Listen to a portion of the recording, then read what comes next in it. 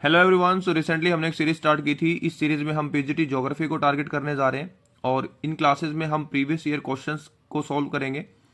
और देखिए, last class में हमने 130 तक एस्टेट लेवल पीजीटी 3 की ज्योग्राफी के क्वेश्चंस को डिस्कस किया था और अभी हम नेक्स्ट 131 से स्टार्ट करने जा रहे हैं। देखिए, ये जो क्वेश्चंस है वो आपको काफ़ी हेल्प करेंगे, जो भी आपकी रिसेंटली एग्जाम्स हैं, लाइक DSSS एग्जाम है, या आपका आरपीएससी एग्जाम है, या आपका रेलवे टीचिंग एग्जाम है। तो चलिए स्टार्ट करते हैं क्वेश्चन नंबर 131 से।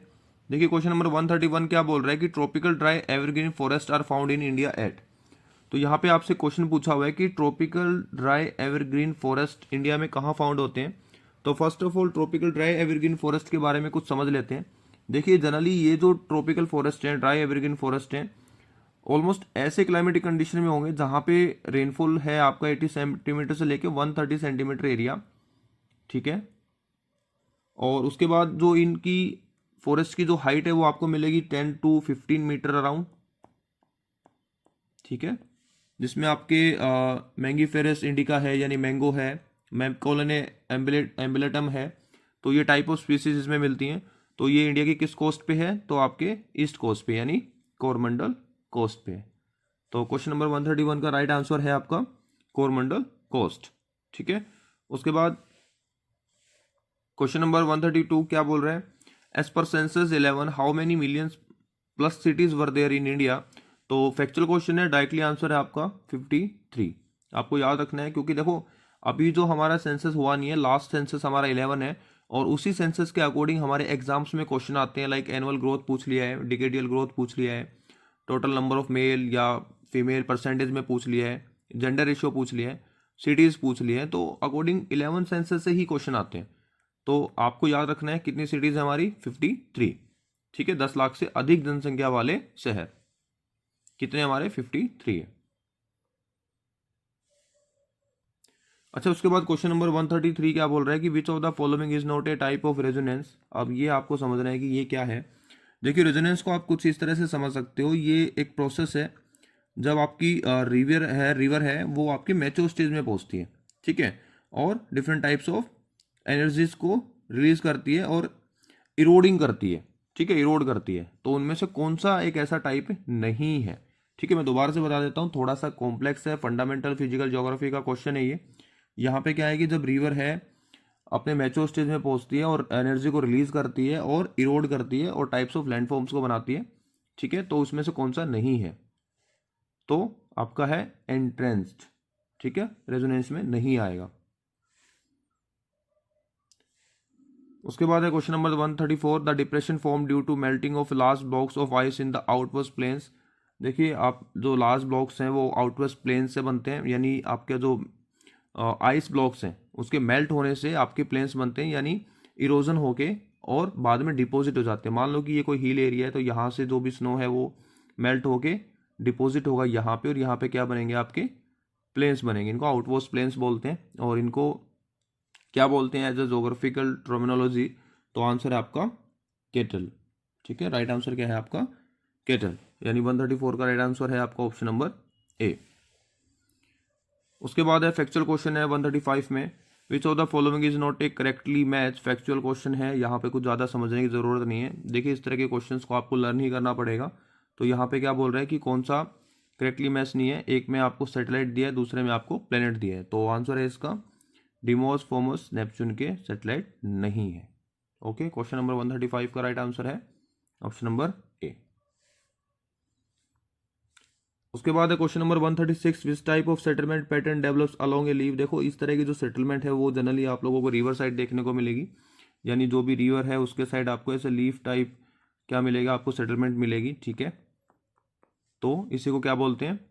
Linear settlement. यानी लीनियर का मतलब क्या है कि यहाँ से मान लो इनिशियल इस पॉइंट से रिवर जा रही है, लास्ट तक रिवर जा रही है, तो इसी के आसपास आपको क्या देखने को मिलेगी?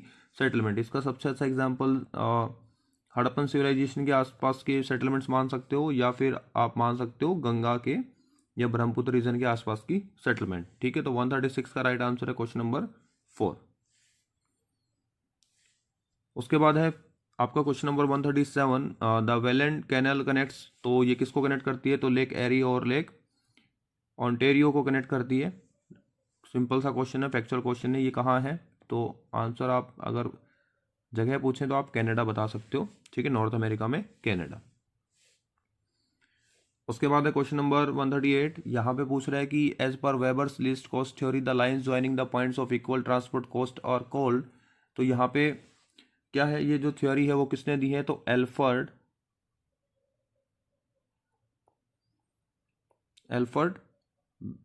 वेबर ने 1909 में थ्योरी दी है, ठीक है। इसमें क्या है, मान लो कि आपको कोई इंडस्ट्री सेटअप करनी है, तो आप क्या देखोगे कि मान लो जो भी आपके बाय प्रोडक्ट आ रहे हैं और मार्केट आ रहे हैं, उनमें कॉस्ट क्या इंप्लीमेंट हो रही है, ठीक है।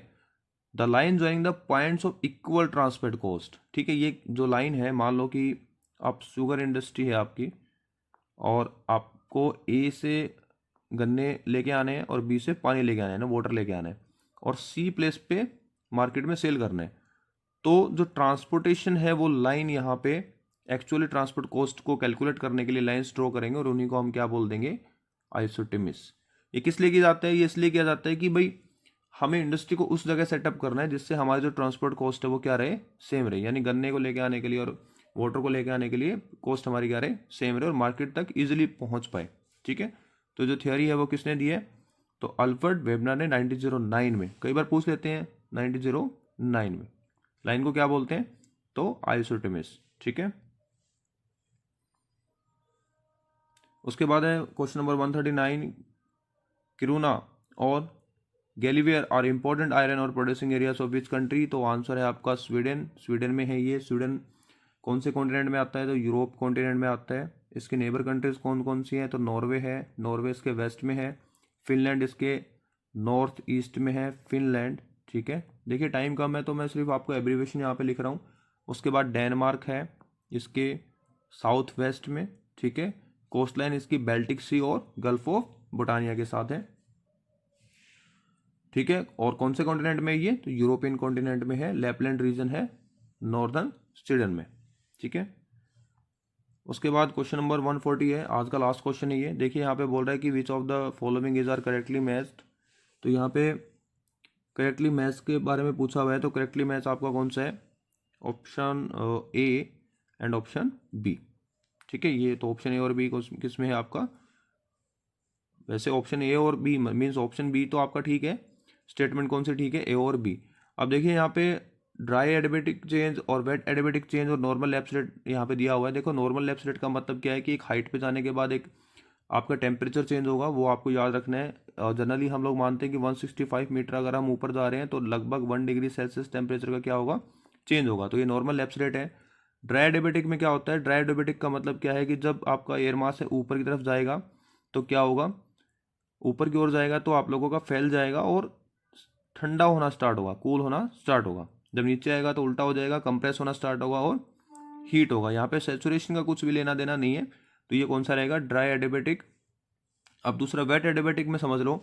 वेट एडियाबेटिक में यहाँ पे सैचुरेशन है, ठीक है। ह्यूमिडिटी का काम है। ह्यूमिडिटी कैसे, देखो मान लो कि कोई एयर मास जब ऊपर की तरफ जाता है तो ह्यूमिडिटी को रिलीज करना स्टार्ट करता है। ह्यूमिडिटी को रिलीज नहीं मीन्स ऐसा होता है कि कंडेंसेशन प्रोसेस होती है। क्या होती है, कंडेंसेशन प्रोसेस। और कंडेंसेशन प्रोसेस से जो भी वाटर मॉलिक्यूल्स है वो सॉलिड बनना या लिक्विड में ट्रांसफर होना चेंज हो जाती है, यानी इवेपोरेशन से लिक्विड में चेंज होना स्टार्ट होते हैं। और उसी प्रोसेस में लेटेंट हीट है वो रिलीज हो जाती है। क्या हो जाती है, लेटेंट हीट रिलीज हो जाती है। इसको गुप्त उष्मा और छुपी हुई उष्मा भी बोलते हैं। और लेटेंट हीट के रिलीज होने से जो एयर मास का ठंडे होने का जो रेशियो है वो चेंज हो जाता है या कम हो जाता है, उसको बोलते हैं वेट एडियाबेटिक। तो क्वेश्चन नंबर 140 का राइट आंसर है option number B. I hope ये आपको ड्राई एडियाबेटिक और वेट एडियाबेटिक समझ में आया होगा। इफ़ एनी केस आपको कोई डाउट है तो आप कमेंट सेक्शन में पॉइंट कर सकते हो, मैं डेफिनेटली आंसर करूंगा।